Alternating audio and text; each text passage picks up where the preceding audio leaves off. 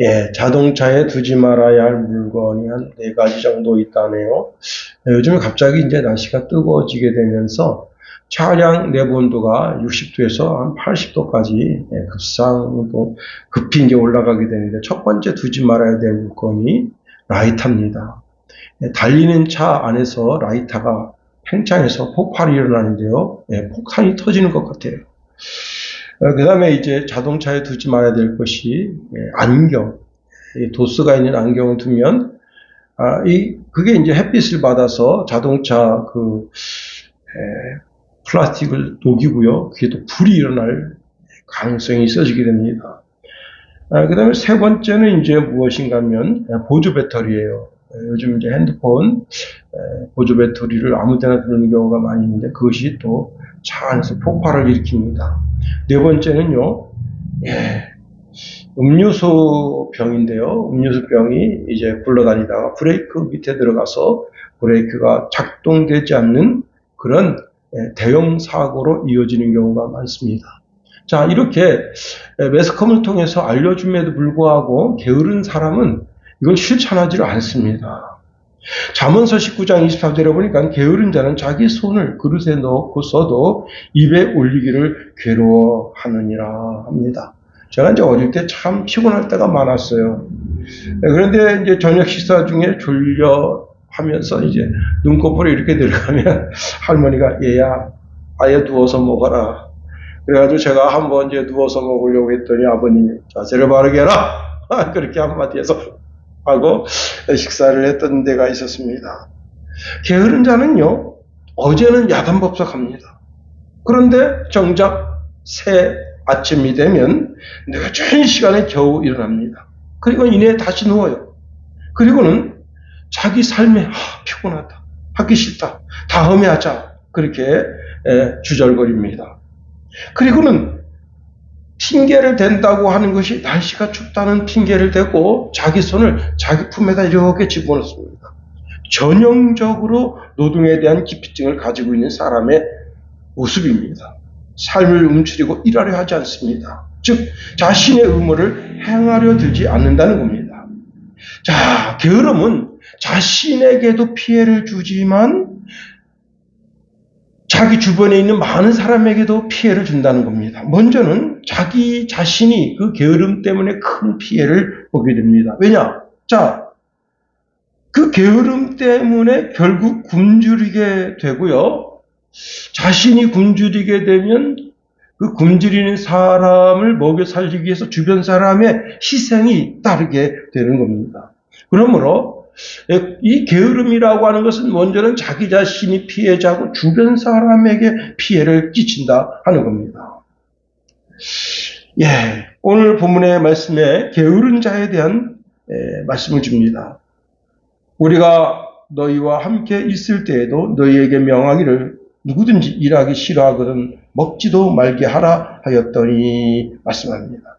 우리가 본문에 있는 말씀으로 세 가지를 한번 살펴보려고 하는 겁니다. 첫 번째는요, 게으름은 신앙의 적이다 하는 겁니다. 게으른 사람은 신앙생활하기 참 어렵습니다. 왜냐? 주일 예배를 나와야 되거든요. 11시까지 나와야 되거든요.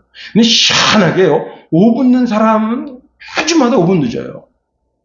그게 이상하죠. 아니, 삶이 그렇게 돼요. 부지런하지 않으면 예배도 제대로 참석 못합니다.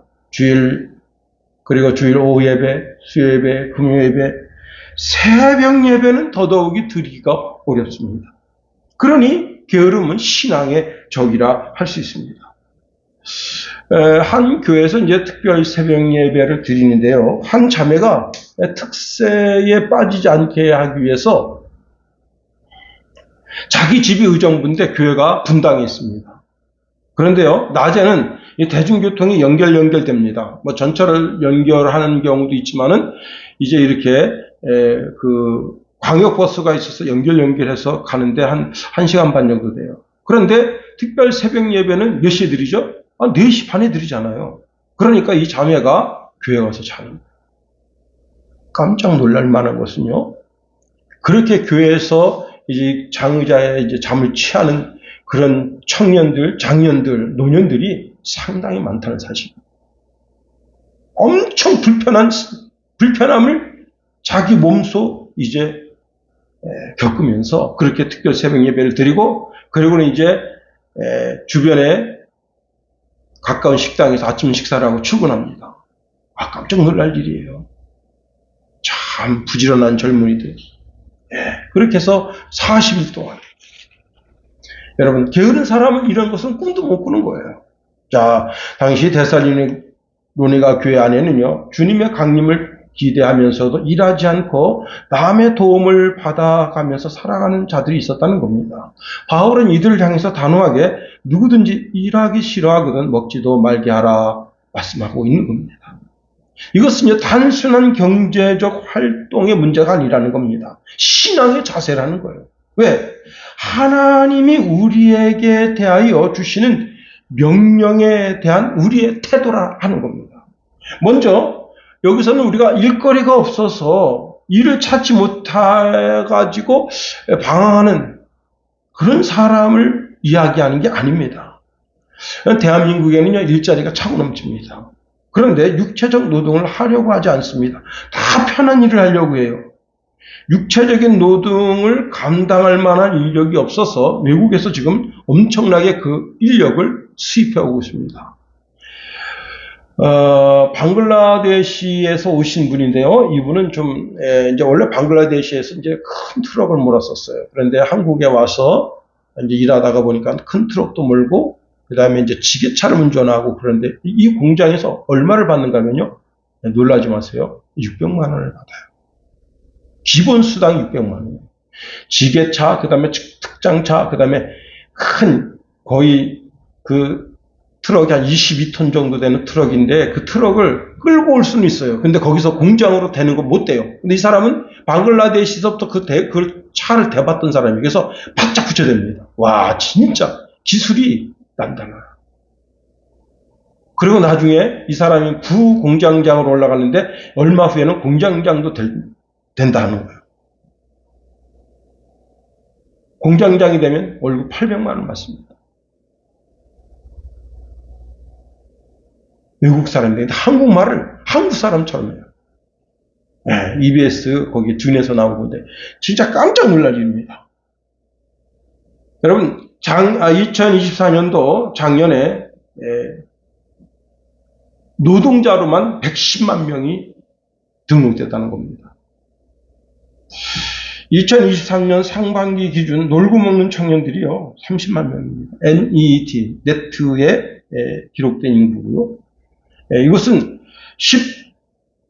15세에서 29세 사람만 개수한 거예요. 그 다음에 30세 이상은 개수하지 않았습니다. 상당히 많은, 그래서 약 70만 명 정도에서 130만 정도가 놀고 먹는다. 일하지 않는다는 거예요. 참 심각한 겁니다. 예수님은 요한복음 5장 17절에서 이렇게 말씀하십니다. 내 아버지가 이제까지 일하시니 나도 일한다. 여기 일이라고 하는 것이 뭐냐면요, 노가다예요. 육체적 일, 노가다. 자, 하나님 아버지께서도 지금까지 창조의 일을 하고 계시다는 거예요. 그런데 그 일이 바로 육체적인 노동의 일이라는 거예요. 하나님 아버지는 모든 만물이 아무 일도 하지 않는다 하더라도 하나님 아버지께서는 결코 그 노동을 쉬지 않으셨다는 겁니다. 왜냐하면 하나님은 모든 만물을 위하시고 또 그 만물이 일정하게 돌아가는 그 모든 패턴을 하나님이 친히 주관하시기 때문이다 하는 겁니다. 그리고 우리 예수님도 끊임없이 일하십니다. 자, 지금도 일하고 계시는데 당신의 백성들의 기도를 들으시고 하나님 아버지께 중보사역을 하시는데, 여러분, 친히 우리의 기도를 들으시고 하나님 앞에 하나님 아버지께 중보하신다. 창세기 3장에 보면 인류는 금단의 열매를 먹게 되고 죄를 짓게 됨으로 말미암아 하나님께로부터 저주를 받습니다. 그 저주가 뭐냐면 이마에 땀이 흘러야 된다는 거예요. 창세기 3장 19절에 보니까 내가 흙으로 돌아갈 때까지 얼굴에 땀을 흘려야 먹을 것이니, 내가 그것을 취함을 입었습니다. 너는 흙이는 흙으로 돌아갈 것이니라 하시니라 말씀하십니다. 예수님은 우리더러 일하라 하시는 거예요. 일. 자, 바울은 주님의 명령을 받아서 우리에게 자신의 생계를 위해서 일하라 말씀하십니다. 우리 아파트에요. 저녁 한 6시 30분쯤 되면 일하러 가시는 두 분 노인네가 계십니다. 이 부부는 신부급 쪽에서 육체적 노동을 하시는데 저녁 좀 못 되어서 이제 집에 돌아오시는데요. 제가 자주 인사합니다. 아침에 나가실 때도 인사드릴 때가 많아요. 저는 이제 새벽 예배 갔다 오면서 그분들을 만나고 그분들하고 안녕하세요. 그럼 서투른 한국말로 안녕하세요. 인사하는데 이제 저녁에 제가 운동하러 가려고 나갈 때 되면 그때 딱 마주쳐요. 그러면 이분들이 그 아스팔트 위에서 장화를 벗고 양말까지 벗어 맨발로 올라가십니다. 그렇게 하지 마세요. 그냥 신고 올라가세요.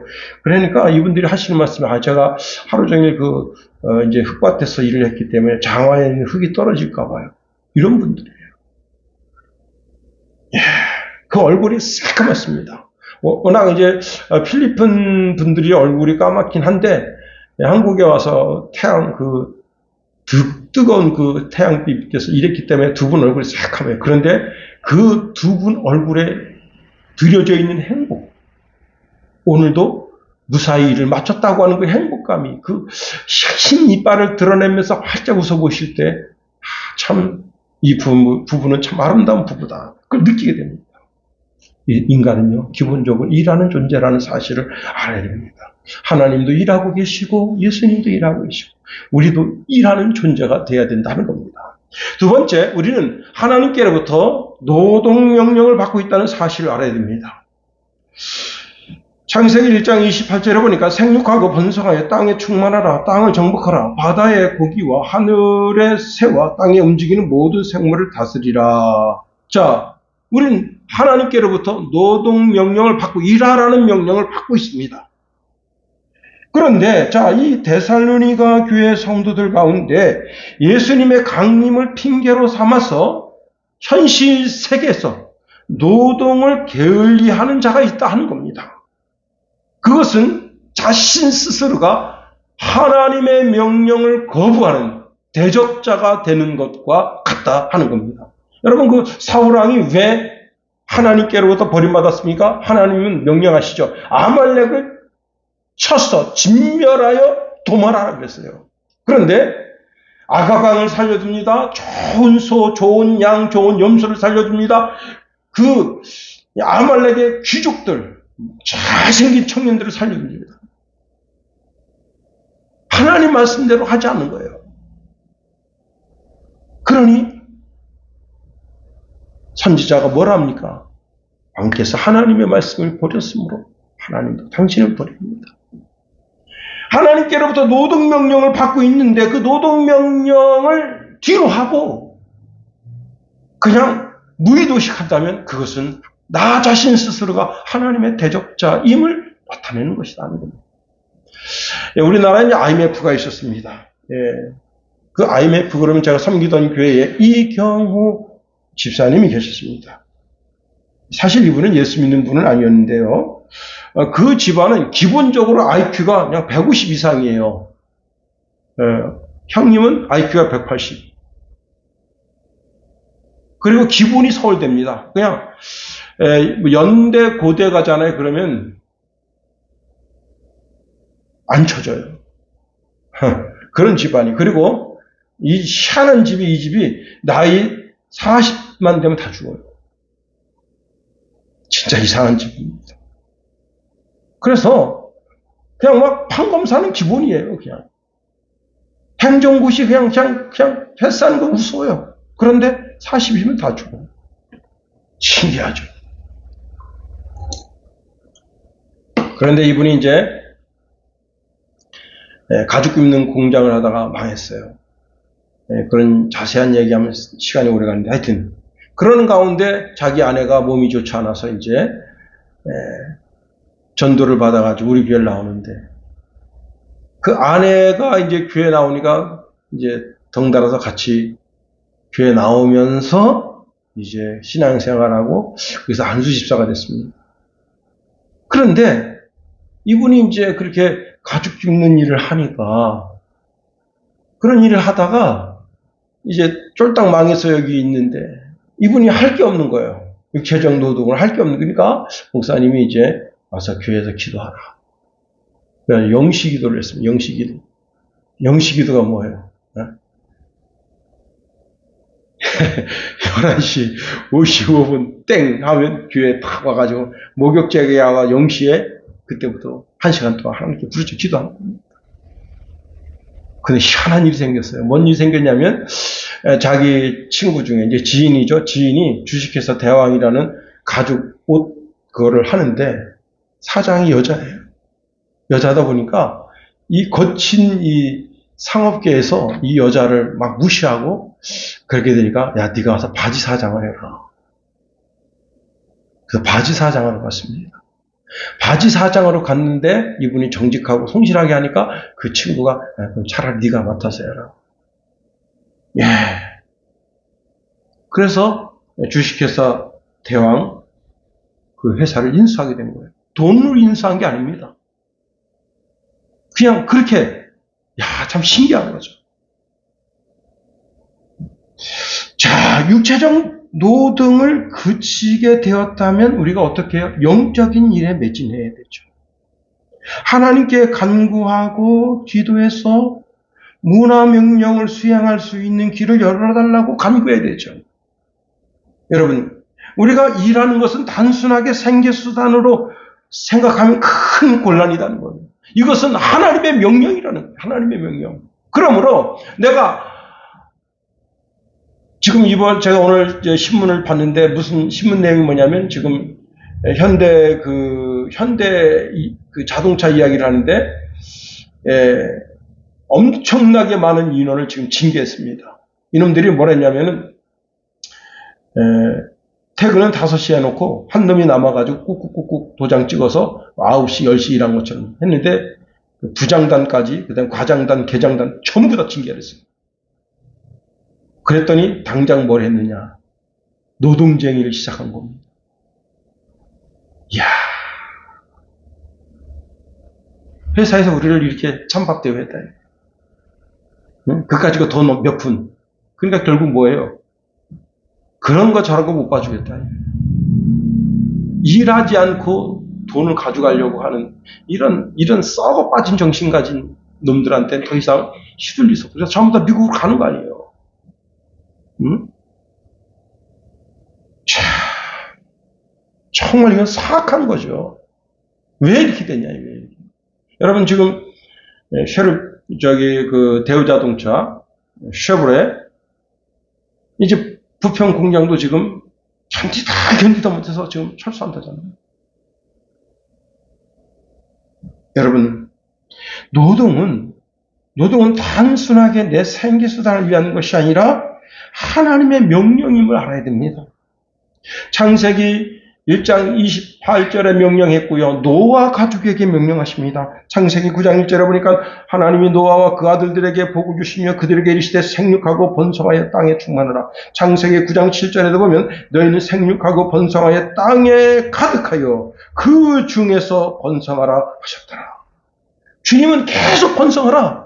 하나님의 자녀들이 그 땅에서 그 터가 굵어지고 자꾸 넓어져 나가서 하나님의 영광을 돌리는 그런 거룩한 기업을 일으키라고 말씀하고 계시는 겁니다. 그게 뭐예요? 노동이죠, 노동. 우리가 이 세상에서 하나님의 나라를 확장해 가야 할 책임이 있다는 겁니다. 그렇습니다. 하나님이 아브라함을 부르십니다.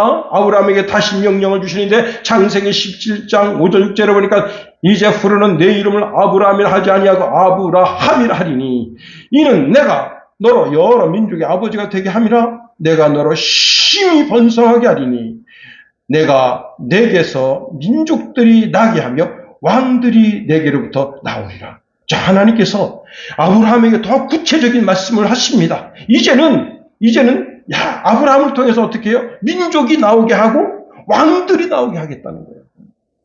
국가가 나오게 하고 세계가 되게 하겠다는 거예요.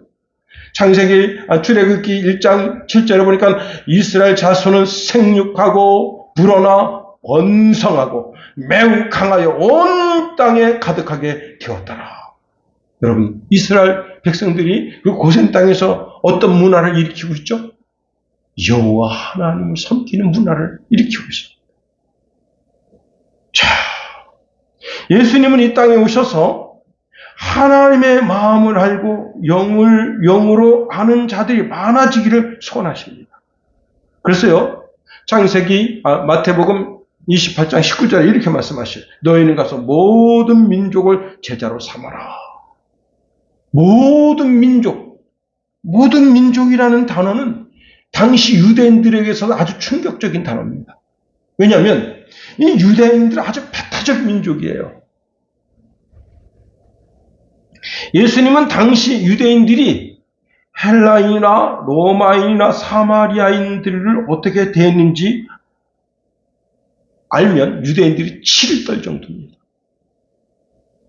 자, 유대인들은 이방인들이 율법을 지키지 않는다고 해서 부정한 자로 여겼고요. 이방인의 음식, 집, 그리고 그 어떤 것도 자기 손에 닿는 것을 치를 떨어요. 이게 살결만 닿아도 당장 와서 막 물을 씻습니다. 그리고 나는 하루 동안 부정하게 됐다. 그래서 자기 집안 사람들한테 선포해요. 나는 부정하게 됐어. 왜? 내가 오늘 오다가 그 이방인 놈을 그놈을 만지게 됐네. 살결에 닿게 됐네. 아유, 재수없게. 나는 하루 종일 부정하는 사람이다. 그런데 주님 어떻게 하셨습니까? 요한복음 4장에 보면 사마리아 여자하고 말을 하고 있어요. 말을 섞고 있어. 제자들이 먹을 걸 구하러 마을에 들어서 깜짝 놀라는 거예요. 뭘 놀라느냐? 사마리아 여자와 이야기하고 있는 걸 보고 놀라시는 거예요. 먼저 예수님은 인종을 넘어서 하나님의 나라가 확장되기를 소망하셨다는 겁니다. 그뿐만 아니죠. 마태복음 15장에 보면 가나안 여자가 왔을 때 주님께서 뭐라 말씀하셨습니까? 자녀의 떡을 취하여 개들에게 던지는 것이 마땅치 않다 했을 때 이 여자가 아주 올곧은 믿음으로 예수님 말씀이 옳습니다. 그런데 그 개들도 상에서 떨어지는 부스러기를 먹지 않습니까? 할 때 여자야 내 믿음이 크다 하시면서 그 여인의 소원을 들어주신 거예요. 가나안 여인은 어떻게 여깁니까? 완전히 유대인들에게 있어서는 돌로 쳐주게 될 그런 종족돌로 생각하고 있었던 거예요. 그런데 주님 뭐라 말씀하신다고요? 너희는 가서 모든 민족을 제자로 삼아 아버지와 아들과 성령의 이름으로 세례를 주고 내가 너희에게 분반 모든 것을 가르쳐 지키게 하라 말씀하십니다. 사도행전에 가면요 더 기가 막힌 말씀을 하십니다. 사도행전 1장 8절에 보니까 오직 성령이 너희에게 임하시면 너희가 권능을 받고 예루살렘과 온 유대와 사마리아와 땅끝까지 이르러 내 증인이 되리라 하시니라. 예, 유대를 넘어서 어떻게 해요? 이제는 예루살렘에서 유대를 넘어서 사마리아를 넘어서 어떻게 해요? 땅끝까지 가라 이거예요. 그렇습니다. 여러분, 주님은 육체적인 번성을 넘어서 지리적인 번성을 넘어서 영적인 생육과 세계적인 복음의 확장이 일어나야 된다고 말씀하고 계시는 거예요. 그런데 계시록에 보면 그 말씀이 이루어져 있는 것을 보게 됩니다. 계시록 7장 9절에 보니까 이 일 후에 내가 보니 각 나라와 족속과 백성과 방언에서 아무도 셀 수 없는 큰 무리가 나와 흰옷을 입고 손에 종려 가지를 들고 보호자 앞과 어린 양 앞에 서서 이것은 미래적으로 되어질 일들인데 그 미래적인 일들이 오늘날이죠. 전 세계 27억 명 정도가 그리스도인입니다. 예. 그렇습니다. 여러분. 근데 여기서 우리가 이제 한 가지 의문점을 가지게 됩니다. 그러면 우리가 복음 들고 선교지에 나가는 선교사가 되라는 말인가? 오늘 이제 선배 목사님이 카톡이 왔어요. 다음 주에 이제 일주일간인지 2주일간인지 모르겠지만은 이제 캄보디아 지역에 단기 선교로 나간다. 여기서 좀 기도해 주십시오. 건강도 좋지 않은데 기도 좀 해주세요. 저는 이제 문자를 보자마자 기도해요. 왜? 이게 지나면 잊어버릴 수가 있거든요. 그래서 문자를 보자마자 예, 제가 기도하겠습니다. 그리고는 그 문자를 그 자리에서 읽고 하나님 사랑하는 주의 종이 이렇게 선교지로 가는데 귀한 사역 잘 감당케 하소서. 건강 잃어버리지 않고 무사히 잘 갔다 올 수 있도록 도와주셔서 그렇게 기도합니다. 우리가 이제 노동명령, 문화명령을 받고 있다고 해서 이게 이제 노동명령, 문화명령이 선교명령으로 확대되어져 가는데 우리가 그럼 다 선교사로 나가야 되는가? 그런 말씀은 아닙니다. 골로새서 3장 18절, 4장 1절까지에 보면 이런 말씀을 줍니다.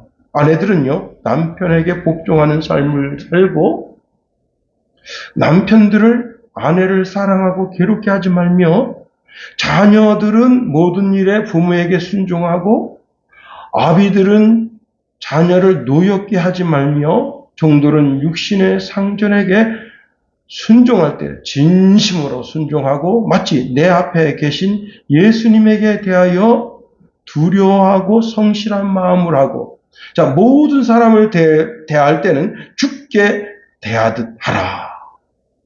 상전들도 이제 자기 밑에 있는 종들을 다스릴 때 의와 공평으로 다스리라 말씀하십니다.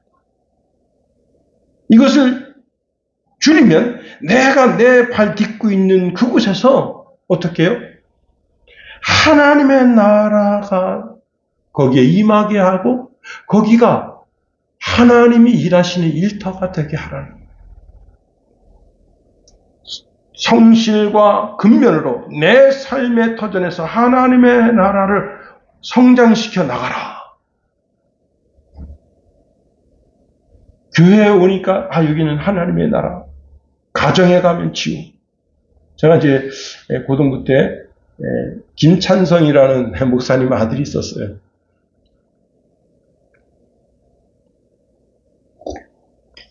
그놈이 이제 뭐라고 말하냐면 교회가 있고 바로 뒤에가 사택인데 나한테 이렇게 말하죠. 선배님, 우리 교회는 천국이 집에 가면 지옥 됩니다. 그게 왜 그러냐 그랬더니 우리 아버지가 나만 미워요. 이놈 새끼 공부도 안 하고 지시리도 공부도 안 하고 놀기만 하니까 그 아버지가 공부 좀 하라고 등짝 좀 몇 대 때렸다고. 학생의 예배도 안 나와요. 목사 아들이 막내인데. 선배님, 교회 오면 천국 되고 집에 가면 지옥 됩니다. 우리 아버지는 모든 성도님들한테는 사랑으로 대해야 돼. 우리한테 가면요 해초리로 우리를 대합니다. 그게 나중에 이제 철이 들어가지고 아세연합 신학교 가서 목사 된다 했는데 모르겠어요. 어떻게 됐는지.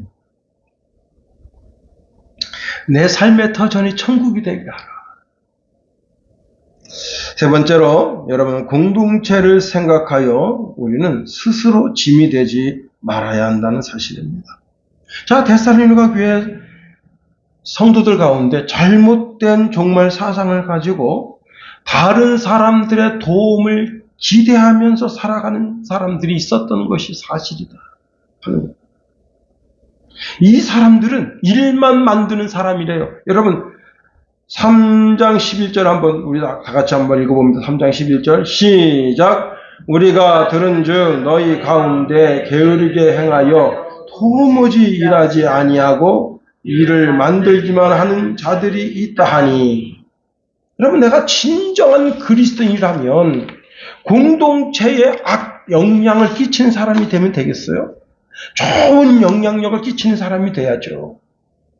나의 유익만을 구하는 사람이 되면 되겠습니까? 공동체의 유익을 구하는 사람이 되어야 하죠. 그렇습니다. 더더욱이 교회 안에서 자신이 영향력 있는 사람이라고 해서 자신이 져야 될 의무를 지지 않고 권리만 누리는 태도를 가진다고 한다면 그 사람은 그 공동체를 아프게 하는 사람이라는 겁니다. 그 거룩한 공동체에서 내가 어떤 유익을 받아 누릴 것인가를 생각하지 말고 내가 어떤 좋은 영향력을 끼쳐서 이 공동체에 힘이 되어줄까 하는 마음을 가져야 되는 거예요. 그래서 12절에 이렇게 말씀하고 있습니다. 이런 자들에게 우리가 명하고 주 예수 그리스도 안에서 권하기를 종용히 일하여 자기 양식을 먹으라 하느라 말씀합니다. 미국의 해리슨 형제 이야기를 끝으로 말씀을 마치려고 합니다. 이 해리슨 형제는 빈민가에서 이제 상습적으로 절도, 마약 이것을 밥 먹듯 하던 그런 형제입니다. 아버지도 없고 어머니가 이미 술에 빠져 살고요. 어릴 때부터 먹고 산 문제 때문에 무슨 뭐 기술 같은 거 이런 거 배우려고 하지 않고 아주 쉽게 남의 것 훔치는데 익숙했습니다. 그리고 마약에. 그래가지고 이제 강도 혐의를 받아서 10년형을 받고 교도소에 들어가는데 그 교도소가 어떤 교도소였는가 하면 기독교 교도소였어요.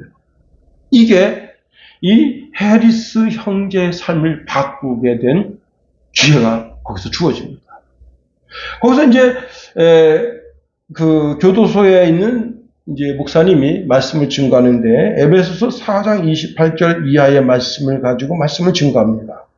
도둑질하는 자는 다시 도둑질하지 말고 돌이켜 가난한 자에게 구제할 수 있도록 자기 손으로 수고하여 선한 일을 하라. 무릇 더러운 말은 너희 입 밖에도 내지 말며 오직 덕을 세우는데 소용되는 대로 선한 말을 하여 듣는 자에게 은혜를 끼치게 하라. 이 말씀을 듣는데 마치 이런 경우가 있잖아요. 자기 머릿속에 큰 망치로 와서 꽉 맞은 것 같은 그런 충격이 오는 겁니다. 그가 이렇게 말하고 있습니다.